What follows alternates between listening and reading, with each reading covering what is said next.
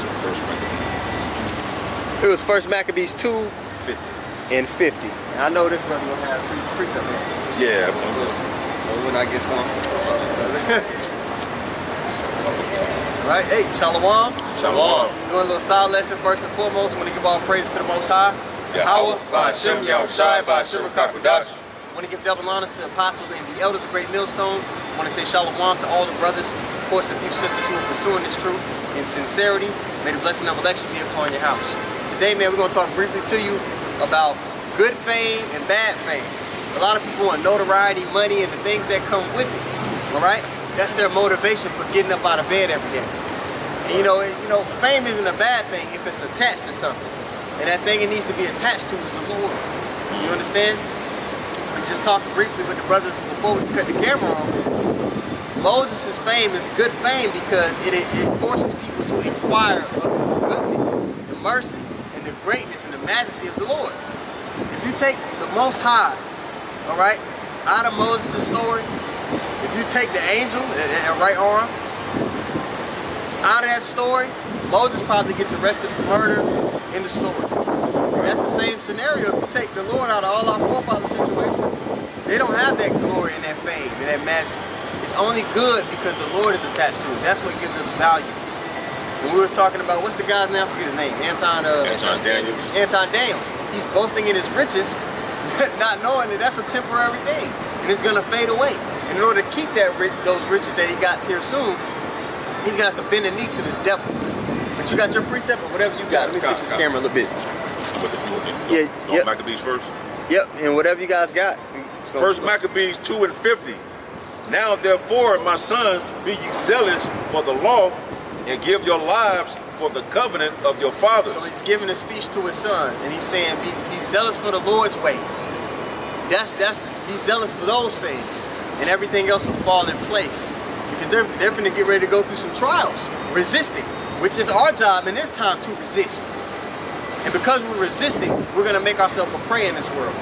But we need to have a particular mindset as we go through that. Not the mindset of a man that's solely trusting in his riches. All right? Where moth and rust doth corrupt, like it says in Matthew the 6th chapter. You got it? Let's just read a couple examples, just a couple of our forefathers, and then jump down to 61. Okay. Verse 51. Call to remembrance what acts our fathers did in their time, so shall ye receive great honor and everlasting name. Great honor and an everlasting name. So fame and recognition isn't a bad thing if you're pursuing the Lord to get it. All right? If righteousness and judging righteous judgment in the forefront of your mind and fame comes with that, okay, that's good. All right? But somebody who's going about to get that notoriety and that fame and that recognition without the main ingredient, you're going to be tied into wickedness to get it. That's just the equation. You got something you want to say? Con, I got a quick one for you. This is the book of Ecclesiastes, chapter 7 and verse 1. It says, a good name is better than precious ointment, and the day of death than the day of one's birth. You have his mindset. Good. Go ahead, speak on it. God, I'm gonna read it again. Ecclesiastes chapter 7 and verse 1. A good name is better than precious ointment. And that's the thing, man. And how do you, as the priest is going into, how is that good name? All right, because when you go into that word name, it's Shem in the Hebrew, which that's one of our forefathers. All right, and the sons of God, all right, well, they obtain that good name, all right, through what? By being attached to their power, man. So whenever we're not attached to our power, then our fame, our reputation, our name is worthless. Right. You see? And so that's ultimately what matters at the end of the day. A man of the Lord that comes to mind is the prophet Daniel. All right, the angel has says that what? You are greatly beloved, right, in the heavens, man. Daniel had a good name. You see? And he wasn't worried about the reputation, all right, of how he looked in the sight of society. Right. He was worried about how he looked in the sight of Yahweh Ba'Shem Yahushai in the host of heavens, man. He wanted his credit to be good with Yahweh Ba'Shem Yahushai, not this devil. All right? The scriptures talk about we gotta seek to offend the Lord less. Yeah, that's your mindset, man. You're gonna be all right. I got that word fame in the Edom Online, and it says this: character attributed to someone, celebrity, renown. And that word renown makes me think of our forefathers, the sons of God in Genesis. They were men of renown at one point because why? They walked in the way that the Lord gave them. But they fell from grace when they went against that way. You see, you understand? That was it, all you had on that? Oh, that one got you. Okay. We'll go back to that, and I know this brother got some more precepts. I got a few of mine as well. First Maccabees 2:52. Was not Abraham found faithful in temptation, and it was imputed unto him for righteousness? Yeah, he had faith. He walked in the instruction that the Lord gave him. He was willing to do something most people like, this nigga crazy. Yeah. Right? Like, nigga, you tripping. First off, he just up and left his family because he heard a voice. Right. Faith, man. Then he was willing to put his only son, the son that was, that was a miracle, baby. He was willing to put him to death because the Lord told him to do it. He was willing to follow instruction and walk in obedience regardless of how people viewed him. Go on. Verse 53, Joseph in the time of distress kept the commandment and was made Lord of Egypt. If the Lord isn't involved with Joseph and his story, our line is cut off. We starved to death in the wilderness. The Lord put the spirit on his brothers to sell him into captivity. He went into captivity. Somehow got raised up to second in Egypt in the world power at the time, so he could be a safe haven unto his family line. Right. You understand, if the Lord isn't involved in your endeavors, you fail. It's short-lived. It doesn't amount to anything, special, or something that's going to be everlasting fame. Michael Jordan, if his kingdom was to continue on, 100 years from now, who knows how people will perceive him? Yep. Damn. His fame on this side it's fickle. His fame is empty. Yeah. You're still empty inside. You're void of something because you have the spirit of you. Like the brother said, fame and the spirit, having your how about your mama shot, that's complete. If you don't have that, you're going to have the money, but you're going to feel empty inside, That's what it is. You can read like one more of those examples and then jump down to 61. Verse 54, Phineas, our father, in being zealous and fervent, obtained the covenant of an everlasting priesthood. Yep. Jump down to verse 61. First Maccabees 2:61. And thus consider ye throughout all ages that none that put their trust in him shall be overcome. So if your trust is in the Lord, you can't lose. And that's what we got to keep in mind as we get ready to go through our struggles. Because the righteous, the scriptures say, we're going to suffer straight things, but we're going to have hope for the while. These people are going, like y'all was just going into it over there. People are going through things and catching the hell, but they don't even have nothing the gas in the tank to push through and keep going, because they're not looking for the kingdom of heaven to be established. We are, which allows us to move completely different and have a different level of endurance through affliction and adversity than any of these people could ever have. You understand? Hey, because the God of this world is still dangling that carrot in Jake's face. The Lord snatched us from that. So that carrot is being dangled in Jake's face or the world face, put there with success, generational wealth, add anything you want into the carrot. That's what got the people blind and following after that. The Lord snatched us from that. Now our minds became illuminated, enlightened to what's going on, you see. I got one for the elder one time. Proverbs 23:5. Wilt thou set thine eyes upon that which is not? For riches certainly make themselves wings, and they fly away as an eagle toward heaven. The American dream, you got it. It's like a bar of soap, man. You try to squeeze onto it, it's gonna slip out your hand. If that's your main focus, you're gonna end up not having it at all, and it's gonna end up being empty, unfulfilled. It ain't gonna be worth it. You understand? Yep. Riches are not coming to a nigga. You have to have order in your life, and not just any order. The order of Yahweh Hashem Yahweh Shai. You got yours. God, this is the book of Hebrews, the 11th chapter. And when you go into this chapter, it speaks about some of our notable forefathers, all right, and foremothers that they obtained a good report. What's another word for report? Reputation, which goes back into name, all right, their fame. Now let's see how they obtained their fame. Hebrews, and this is going into Moses, as you were speaking about earlier. Hebrews chapter 11 and verse, I'll start at verse 24. This is the sister chapter to what we read in First Maccabees. Brother chapter. It's the brother chapter. Go ahead. God. Hebrews 11:24. By faith, Moses, when he was come to years, refused to be called the son of Pharaoh's daughter, choosing rather to suffer affliction with the people of the Most High than to enjoy the pleasures of sin for a season. Now check that out though. Now back then, to be a ruler back then meant you had great substance. Right now, and especially here in a democracy, you don't want, people don't want to see their politicians or presidents with too much money. You know, so they got to do it back ways. They got to do it backwater ways. Back then, man, if you were second in Egypt, man, you had everything. The world was your oyster. Everything was at your access. That life didn't get better. So for him to give that up, Right. the nigga talking about his condo on the 17th floor. A Porsche. Yeah, a Anti Porsche. Daniel's talking about a Porsche. Nigga, Moses had dominion over the infrastructure on how society was ran. What the fuck are you talking about? Yeah. Excuse my Swahili. Right. What the fuck are you talking about? Real riches and dominion and sovereignty. Moses had that, man. Okay? And niggas are boasting in the car they got to feel like they somebody. It's really an insecurity when you bring up carnal things to say, this is my importance, this is my worth. Look, this is equivalent to my worth. No, we understand that the only thing that makes us useful or gives us worth is our usefulness to the mission of the husband. A wife's value is tied to how well she forwards the will of her husband. Yep. And if you don't understand that, man, you're gonna be miserable here. That's, you know, breaking news. Simple That's right. niggas. Hey, that's why Scripture says we have this treasure in earthen vessels. Talking about this wisdom, knowledge, and understanding. All right, the breath from Yahweh Shema Shah inside of us. So we have the true riches. Because at the end of the day, like the priest was going into earlier, man, in order for you to keep your so-called pseudo-riches on this side, that's going to ultimately cause you to be an enemy against Yahweh Shema Shah by getting that Quran, that Revelation 13 and 16, man. You know, so... It's like it. You gonna have...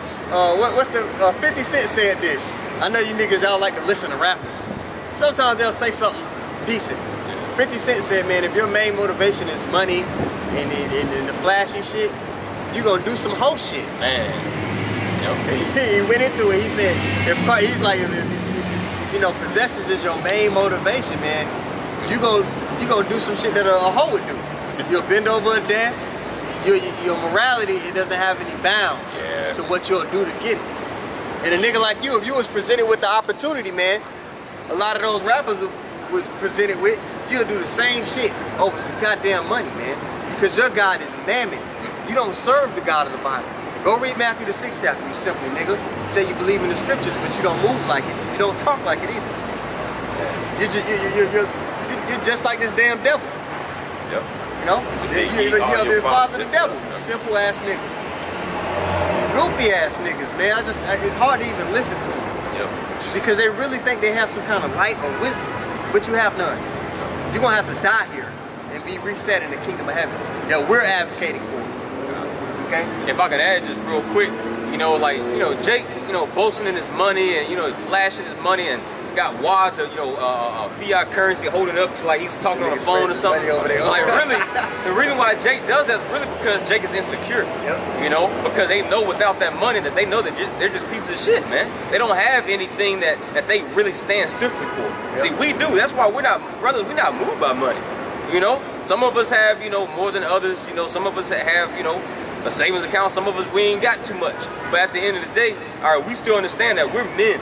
You know, we're men on a mission, and these particular earthly so-called riches, that doesn't predicate our value, man, our manhood. You know. Yep. And I'll say this as well, man. The reason we're not insecure like a lot of these people in the world is because we know who we are. We know what our purpose is. A lot of these people, they don't know who they are. They don't know what their purpose is in the world. The scriptures tell us our purpose. All right, the what? The will of the husband, man. Fear God and keep His commandments. For this is the whole duty of man. We know the Lord presented us with His knowledge. We're supposed to be out here, trying to bring it out and advocate for the kingdom of heaven, help wake up the elect, things of that nature. Okay, your purpose is this one day, and something else the next.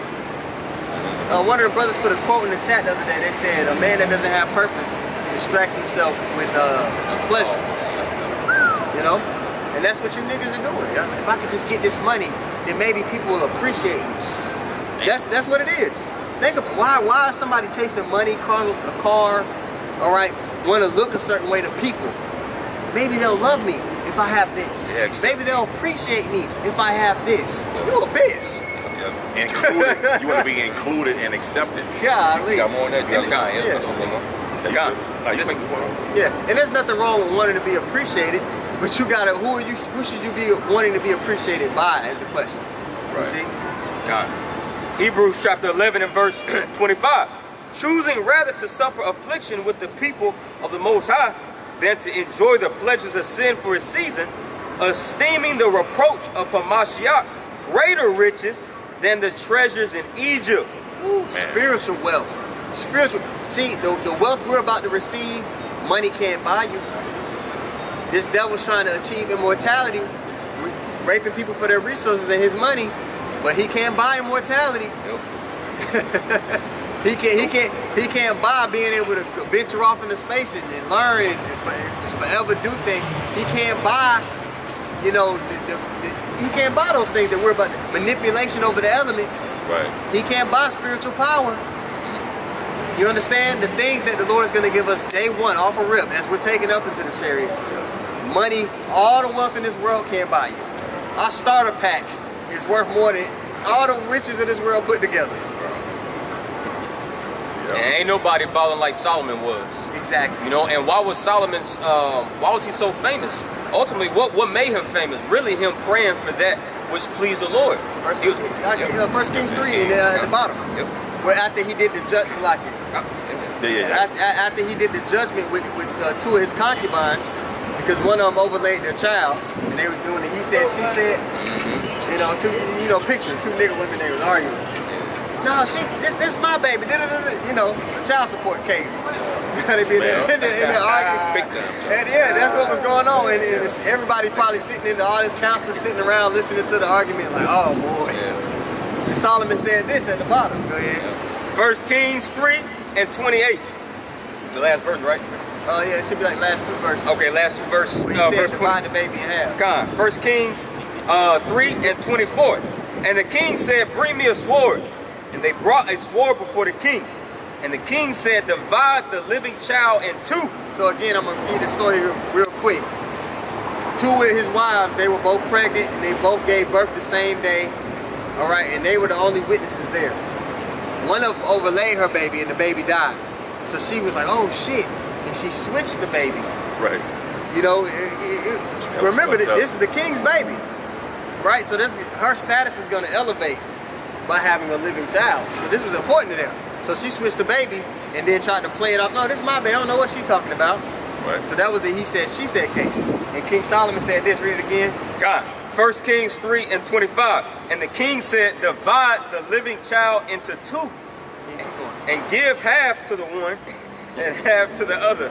Now when he said this, you know the mighty man that's with the king, they probably unsheathed the sword. They're like, wait, but then he spoke. You gotta follow the decree. So the two women are sitting there. Now this shows the level of psychology King Solomon had. Yeah. He understood the inner workings of a person's mind. Hey, and that wasn't the law. Yeah. He made a spiritual judgment. Yeah. You see what I'm saying? You gotta make spiritual judgments, man. Yeah. So keep going on in that same chapter. The point is in the last verse. God. It says, verse 25, and the king said, divide the living child into two, and give half to the one and half to the other. Then spake the woman, whose the living child was, unto the king, for her bowels yearned upon her son. He understood that the true mother would rather see the child live and watch him from afar than to see him die. So he knew, he would be able to tell who the true mother was by making that decree. He wasn't really gonna cut the baby in half. He said that to get a reaction. Yeah, to get a reaction. Let's see. Oh, okay. The same way somebody will walk by and we'll see they got sugar in their drawers. Yeah. And we might say, hey man, the Lord gonna destroy the alphabet community. Just to get a reaction. Yep. Maybe and us making that person feel convicted might get them to repent. Or mark themselves. But in the last verse on that? Yep. It says, verse 26 again, then spake the woman whose the living child was unto the king, for her bowels yearned upon her son. And she said, O my Lord, give her the living child, and in no wise slay it. But the other said, let it be neither mine nor thine, but divided. I can't have it, Damn. nobody will. Right. But go on, he gonna make the right judgment. Go ahead. Verse 27. Then the king answered and said, give her the living child, and in no wise slay it. She is the mother thereof. Right, get the last verse. Yep, last verse. Verse 28.